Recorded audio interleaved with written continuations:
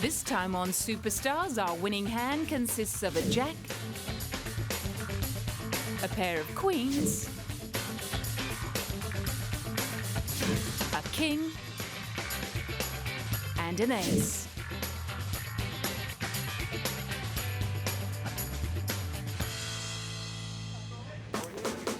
It's hard to believe that Hollywood's favourite bad boy was ever Teacher's pet. But even Jack admits he was only cast in 1969's Easy Rider to help tone down the wild antics of co-stars Peter Fonda and Dennis Hopper. Still, his turn as hard-drinking lawyer George Hansen earned him his first Oscar nomination and sealed his hell-raising image, 14 years after joining MGM as a gopher in the cartoon department. Ever since then, his reputation as an off-screen maverick has been poetically offset by his on-screen integrity. He may have fathered 4 children by 3 different women, only one of whom he married. But who can deny the dedication and artistry of an actor who's won 3 Oscars and 7 Golden Globes, and who turned down a part in The Godfather to give more work to struggling Italian actors? Then there's the affirmation of his peers and co-stars. It was fantastic. I have to say, it surpassed all my expectations. I loved every minute of it, being on the set with him. He's just magical. I know he's an incredible actor. He's an amazing man. I think that Jack Nicholson is somebody that you just, I mean, he's authentic. He's the real thing. And he's earned his stripes as an authentic person. And I think that is rare beyond rare in this world of making movies. Got you guys coming or going? His first Academy Award for Best Actor came for 1975's One Flew Over the Cuckoo's Nest, in which he played a rebellious mental patient determined to overthrow the tyrannical rule of the repressed Nurse Ratched. You're not gonna say that now. You're gonna pull that henhouse shit now. When the chief just voted, it was 10-9. I want that television set turned on right now. 5 years later, he played another nutter with an axe to grind in Stanley Kubrick's The Shining. Here's Johnny. Over the next 10 years, he proved he was just as at home with romantic comedies and historical epics as he was with dark dramas and thrillers. He also showed plenty of business smarts when he opted to take a percentage of the box office for the 1989 blockbuster Batman. Playing his Joker netted him a cool $60 million. You dropped me into that vat of chemicals. That wasn't easy to get over. Don't think that I didn't try. Romantically linked with Lara Flynn Boyle, Angelica Houston, Candice Bergen, Joni Mitchell and Rachel Ward, Jack is rumoured to have seduced over 2,000 women. I'll be wearing my pajamas. I'll be on my boyfriend's couch, crossing my fingers for Diane. It's of course not me on the couch, but can't win them all. Life is short, and I can't afford to waste another minute. Do you have any pictures of your daughter in your wallet? No, I might have one of George Washington. If he'd managed to convince himself that you're only as old as the woman you feel, playing aging fuddy-duddy Warren Schmidt in 2002's About Schmidt must have been quite a shock to Jack's method-acting system. I just wanted to acknowledge that we're gathered together as a family. I couldn't look at myself in the mirror the whole 3 months I was doing this picture because I thought I would never return to myself. You know, the physiognomy of a character, really one of the smart things I was going to say, what's the difference between you and this guy? I was going to say diet, you know, because he's a very sedentary American. So, you know, if you just get rid of your camera tricks, what angles they shoot you from, all of that, it in the end creates an overall impression of aging in different ways. And this is the least vain performance I think I've ever given, you know. Coming to terms with his own mortality brought him yet another Oscar nomination, making him the most awarded male screen actor of all time. Slander my own environment. It makes me sad, this regression. Plus, I don't know if it's beyond some cock like Queen and to pull you out of the Stadies and send you after me. And after his recent performance in Martin Scorsese's The Departed, it's far too early to close the record book. We were dealing with an actor that's completely unpredictable in Jack Nicholson. I mean, you almost expect it. You almost expect it. He's going to come to set and completely surprise you, and that's what he does. And every job is different. Every character is different. That's what makes it interesting. You know, otherwise you wouldn't keep doing it. You'd be doing the same thing over and over again. No one really knows the real Jack anyway.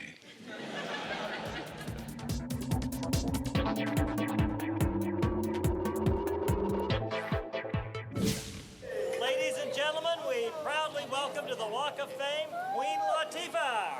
Elevating oneself to the rank of monarch may seem a tad presumptuous.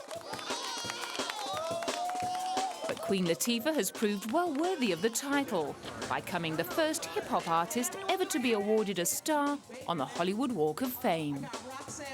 I don't even know what the heck to say. I hope you don't mind if I take my time a little bit, because first of all, I want to say thank you to the Chamber of Commerce and the Hollywood Walk of Fame. This is, I think, for every person who winds up doing what I do for a living, and just anyone who dreams of making it in any kind of business. Hollywood is one of those places where, you know, you come here and you walk down these streets and you see these names and you say, somebody made it. And like all great role models, she took the honor as an opportunity to inspire others. Walking down this street means hope. It means inspiration.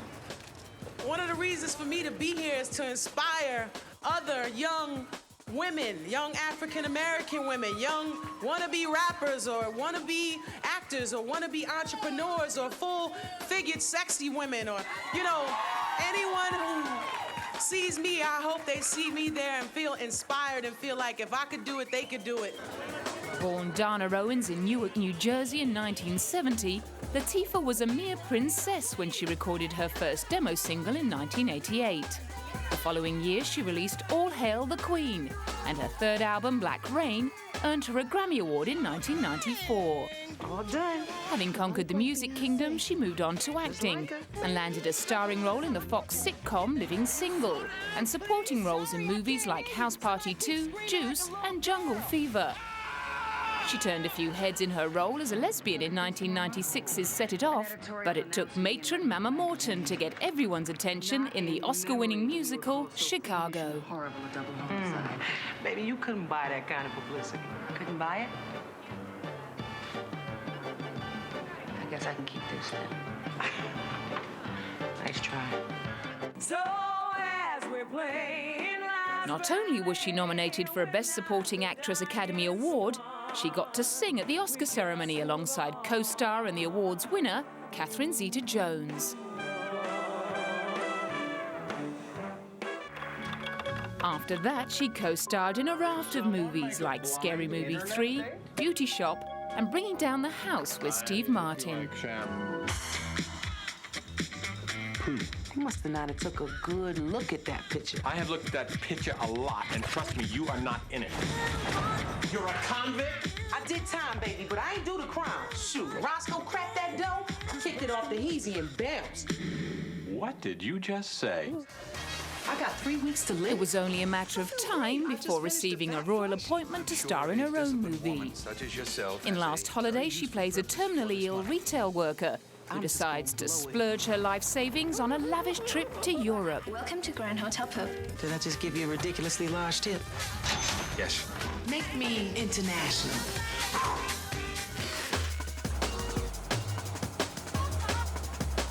The film's premiere was held in her hometown of Newark. Man, this movie was so much fun. I don't know if I had this much fun on a movie in God knows how long. Get to be physical, get to go on locations. It was wonderful. In between making films and recording albums, Queen Latifah has also written an autobiography, as well as a children's book. She's also launched a range of underwear and takes her role as an ambassador for full-figured women very seriously. We have a new part of our program called the Curvation Project Confidence Awards, where you'll be able to nominate someone who has been instrumental in your life and making you feel confident about yourself. And we can all come together and celebrate that confidence and celebrate the people that have been around to empower you. Someone to tell you to believe in yourself, to love yourself, to feel good about yourself. That person deserves to be celebrated, and that's one of the first things we're going to do. Another component of Project Confidence is Curvation Nation. We're trying to develop an online community of people who are inspired to be confident through education, information, telling us stories, sharing each other's stories, and empowering each other. So you can just log on to the website and join the Curvation Nation. I'm one, you know, come on.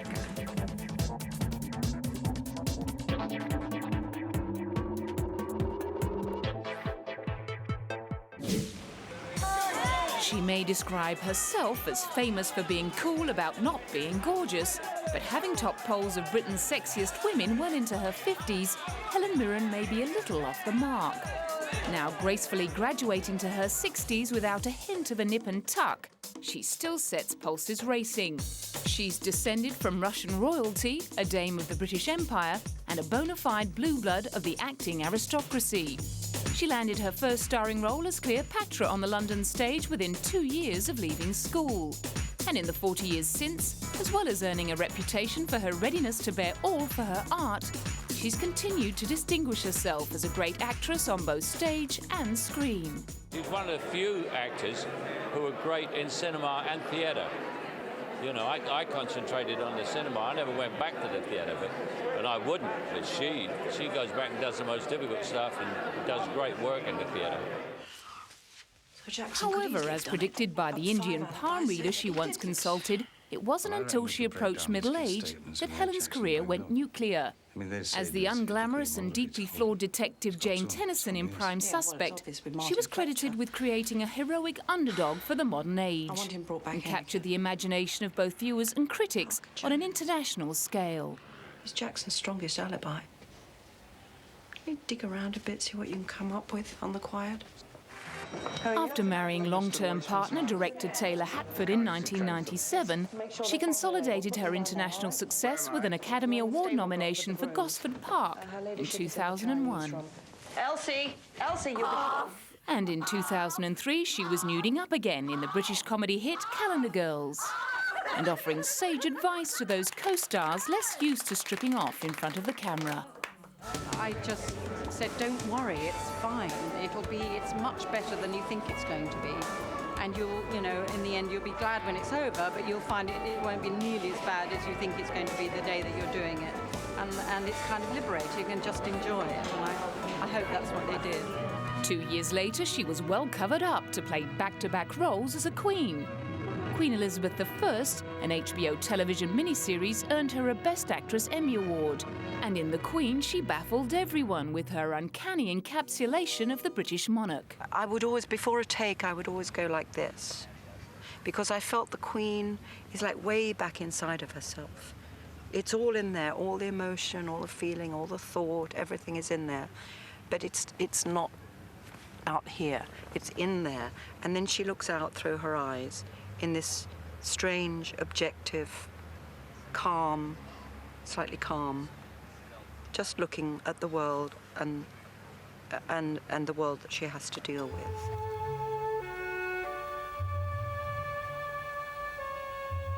Oh, you're a beauty.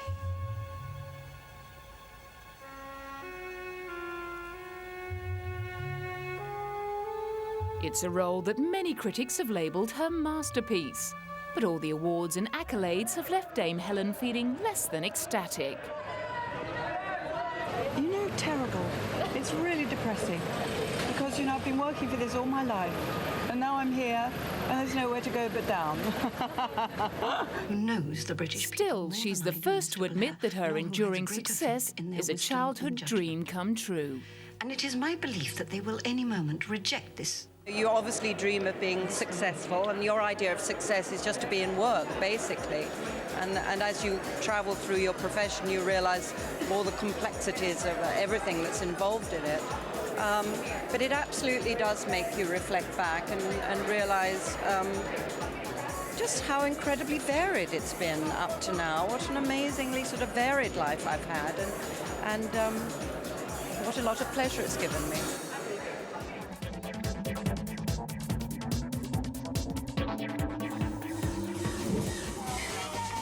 The multiple talents of Viggo Mortensen may add up to making him the most versatile actor in Hollywood. As well as speaking fluent English, Spanish, Danish and Norwegian, he also speaks French, Italian and Swedish. He's a published poet and photographer, an accomplished painter, he can ride a horse, and the Lord of the Rings fight master declares him to be the best swordsman he's ever trained. It hardly seems possible that after making his film debut in 1985's Witness, such an employable actor would find himself having to resort to odd jobs to supplement minor roles well into the 1990s. Still, from G.I. Jane onwards, he hasn't looked back. And in 2001, he was crowned King Aragorn in the Lord of the Rings trilogy, after Stuart Townsend abdicated the throne. It's a role he was born to play. It's nice to be here, above all, with my friends, you know, who I made this movie with. And I'm glad people like it, but even if they didn't like it, I would still feel the same about the experience of working with these people. I mean, the thing I take away from it is that memory.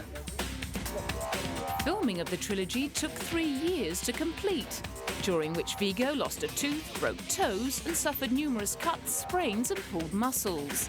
But he supposedly became so immersed in the role of Aragorn, he didn't even notice when Peter Jackson began addressing him by his character's name.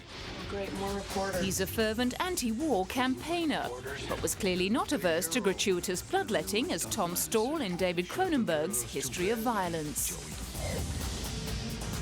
My name is Tom. It's Joey. You tell me.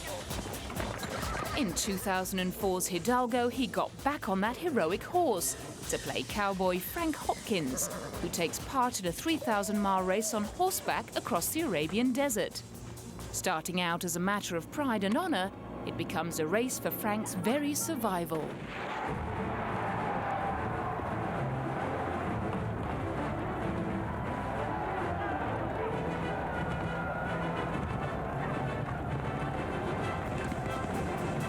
Once again, it was the camaraderie of the cast, which included Omar Sharif, that got Viggo through his toughest scenes. When you get a job that you like, and you have colleagues like TJ and Zuleika and Omar that you really get along with and enjoy working with, it just makes it that much better. It makes the time go by in an enjoyable way, no matter how hard it gets, you know. Didn't matter how many dust storms or you know, snowstorms we had. It was always fun on this one. In the Spanish epic Altariste, Viggo gets to combine his linguistic ability with his acting talent and his political beliefs. The film tells the story of a 17th century soldier fighting for the Spanish king in Flanders. When Diego Altariste's friend is dying on the battlefield, he tells Diego to raise his son and keep him from becoming a soldier. Viggo sees parallels between the film and the Iraq War. In his case, it's a skill he has. It's what he knows how to do. He's good at it. It's also an economic factor, which is certainly true in the United States right now. It's a volunteer army. And people join because they don't have other options in most cases. Some people join out of pure patriotism. I mean, there were people who volunteered rather than be drafted, who didn't have to go, who could have got out of it during the Vietnam War as well. As the war wore on, just like this one, it's more rare that people do that because they start to see that this is not a good deal. Perhaps when he's not starring in films, exhibiting photographs and paintings, writing poems in 3 languages, running his own publishing company, or bringing up his only son, he might just have a little time left over to go into politics.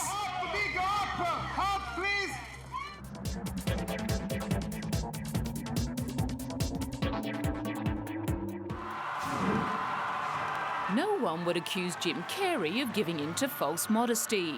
especially after he stepped up to accept his MTV Generation Award to the strains of Beethoven's Ninth Symphony, flanked by a host of archangels. I wasn't aware until just recently that I had won more popcorn awards than anyone else in human history.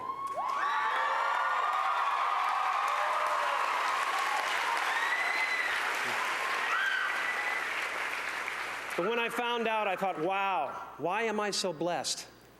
Why is my life so miraculous? Why do so many struggle with fame while I'm able to float effortlessly on the upper edges of the Hollywood stratosphere? Perhaps playing God in the 2003 comedy smash Bruce Almighty went to his head. And perhaps it's not all that surprising, considering the film grossed more than $562 million worldwide and broke records as the highest-grossing live-action comedy ever.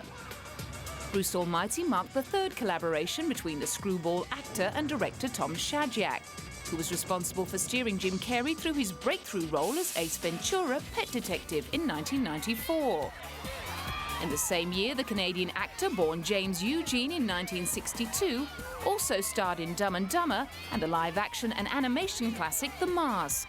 He fulfilled his childhood dream of cashing a $20 million check 2 years later with The Cable Guy. A host of blockbusting comedies followed, such as Liar Liar, How the Grinch Stole Christmas, and Bruce Almighty. But not content with being Hollywood's highest-paid comedy actor, he's proved himself more than equal to the dramatic demands of serious films, like The Truman Show and 2003's Eternal Sunshine of the Spotless Mind. Is there any risk of brain damage? Technically, the procedure is brain damage, but it's on a par with a night of heavy drinking. Nothing you'll miss. That baby's history. It's all being wiped away. They're erasing you, Clem. You'll be gone by morning. Not a spaz that's out of control and, you know, can't understand direction. I can get it, you know. It's a new challenge, and to me, the special effect here is not my face. It's the script. You know what I mean? So it's just a beautiful story. And for me, something like this, it's important to lose myself in it and lose the audience and not think that it's me through the whole thing. What he got lost in next was a menacing old count, bent on stealing the inheritance of the orphan Baudelaire children. Hello, hello, hello. I am your beloved Count Olaf. Hello. Co-starring Meryl Streep, Lemony Snicket's A Series of Unfortunate Events facilitated Jim Carrey's happy return to silly voices, crazy disguises, and irresistible overacting. I'm here to assist him in his research as best I can, as well as to facilitate and remain observatory. Count Olaf. Oh. Now, why would you say something like that? Let me get back. There was plenty more of that in his next film, the remake of the 1967 George Segal comedy Fun with Dick and Jane. Starring alongside Tia Leone, the film gave him ample opportunity to dress up in very unconvincing costumes. It's all over the money. Might want to wash your hands.